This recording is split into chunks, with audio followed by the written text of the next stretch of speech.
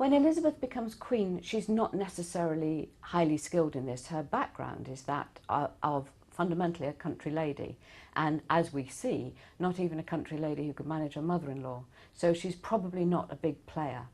I think it likely, we don't know, but I think it very likely that the skill in this family comes from Elizabeth's own mother, Jacquetta, who had been the Duchess of Bedford, therefore married to a man of royal blood. He was running France at the time. She was the absolute top lady at the court of Margaret of Anjou because they were a family connected to the House of Lancaster.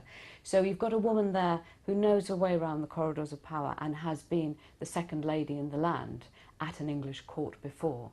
She'd have known everybody. There aren't many people at this time. She'd have known all the family, she'd have known all the children.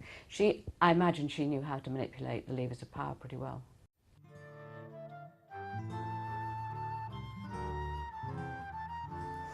I think after the family is released from sanctuary and Elizabeth goes to live in the country with the two younger daughters and the two older daughters go to court, that Elizabeth has to respond to the new world order. Everything has changed. There is clearly a new king in England, Richard. Then, after a little while, he is childless, and after a little bit longer, he doesn't have his wife alive either.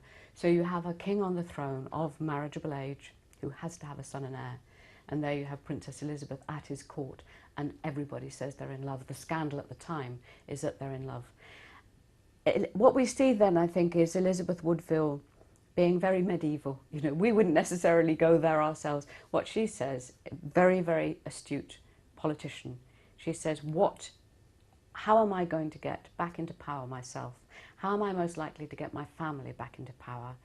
I argue in the novel, since she knows she has a prince in hiding, how am I going to get into a position that I might be able to get my prince back into power, or at any rate back into England? And by marrying Elizabeth to her uncle, who had been really up until this point regarded as their mortal enemy, she does start the process whereby the House of York becomes reunited. And if she had done it, I think we would have thought it was a very clever thing to do. If she had achieved that, then when Henry Tudor landed, there would have been a united country against him. I doubt he would have won at the Battle of Bosworth, and we would perhaps still be under a York monarchy. Who knows?